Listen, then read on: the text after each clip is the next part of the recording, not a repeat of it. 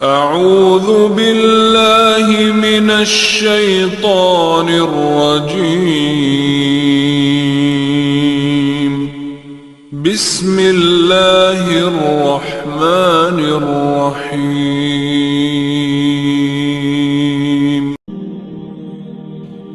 وہ معراج والی رات ایک ایسی قوم کے اوپر میں گزرا، بطونہم کالبیوت، انسان کا پیٹ بلا کتنا ہوتا ہے، جتنی اس کی باڈی ہو اتنا ہی ہوتا ہے، اور اگر بڑھ بھی جائے تو ہم کیا کہتے ہیں، یار برا لگتا ہے، ورزش کرنی ہے، ڈاکٹر سے رابطہ کرنا ہے، یہ کوئی اچھا نہیں لگ رہا مجھے۔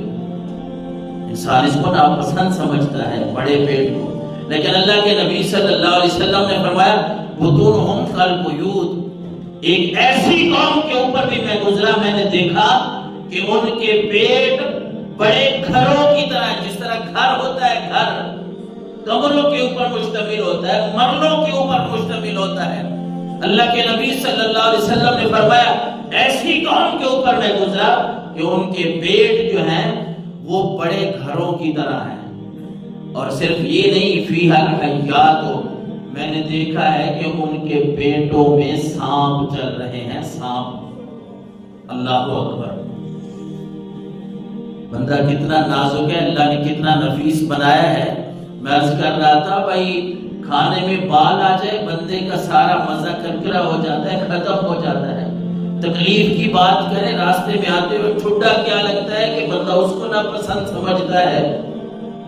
پیٹ کے اوپر کوئی چھوٹا سا کوئی کیڑی اگر چیونٹی وہ چک مار دے تو وہ ہمیں تکلیف دیتی ہے، لیکن یہ اتنا بڑا گناہ ہے سود کھانا کہ اللہ کے نبی نے فرمایا میں نے ایسی قوم کو دیکھا ان کے پیٹ بڑے ہیں گھروں کی طرح، اور کل حیات فیہا الحیات، ان میں سانپ بھی پھر رہے ہیں۔ تو پھر میرے آقا علیہ السلام نے فرمایا وہ ایسے پیٹ اللہ نے بنائے ہیں، ایسے سانپ بنائے ہیں، تراب من خارج بطونہم۔ ایک تو یہ ہے کہ پیٹ کے اندر جو ہے وہ نظر ہمیں نہیں آتا، ہم الٹرا ساؤنڈ کرواتے ہیں، کوئی چیز اندر چلے بھی جائے تو ہم الٹرا ساؤنڈ کرائیں گے، کوئی مشین لگوائیں گے، پھر پتہ چلے گا پیٹ میں کیا۔ اللہ نے سسٹم ایسا رکھا ہے باہر کوئی چیز نظر نہیں آتی عام آدمی کو، لیکن وہاں کیا ہوگا، ایسی سزا رب نے مقرر کی ہے اس بڑے گناہ کی کہ حضور تاجدار کائنات نے فرمایا تراب من خارج بطونہم، کہ وہ بڑے پیٹ جو گھروں کی طرح ہوں گے، جن میں سانپ چل رہے ہوں گے، وہ ہر کسی کو باہر سے بھی نظر آئیں گے کہ اس کا پیٹ بڑا ہوا ہے اور اس میں سانپ بھی چل رہے ہیں، باہر سے نظر آئیں گے۔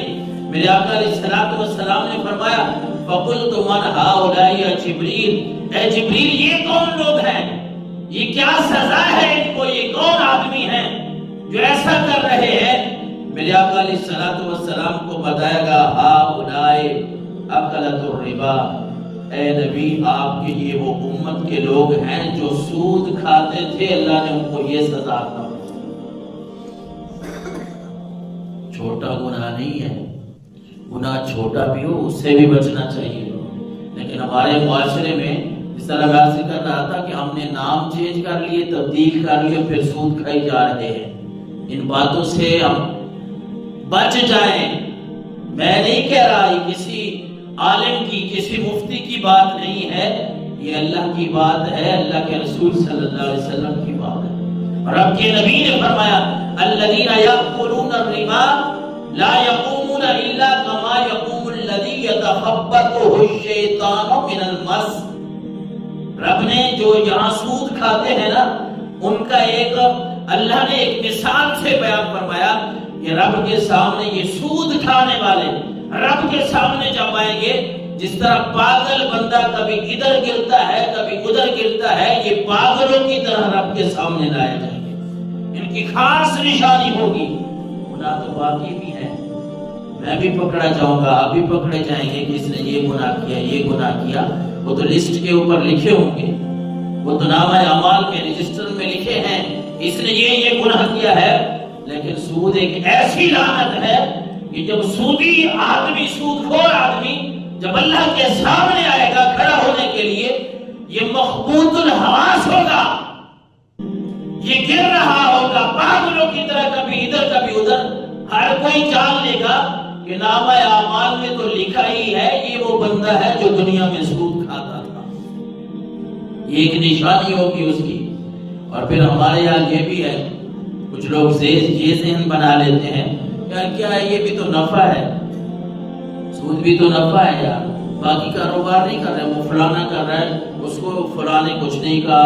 میرا پتہ چلا ہے تو میرے گلے پڑ گیا ہے۔ اللہ نے فرمایا انما البیع مثل الربا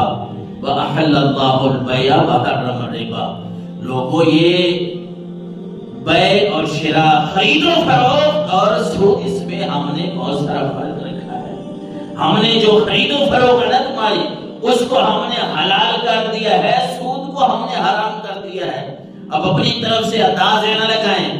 اپنی طرف سے اٹکل پچو اور اپنی طرف سے ایسی باتیں نہ کہیں، ایسی باتیں بالکل نہ کریں جو آپ کا دماغ کام کر رہا ہے کہ میں یہ کام کروں گا تو یہ ہو جائے گا۔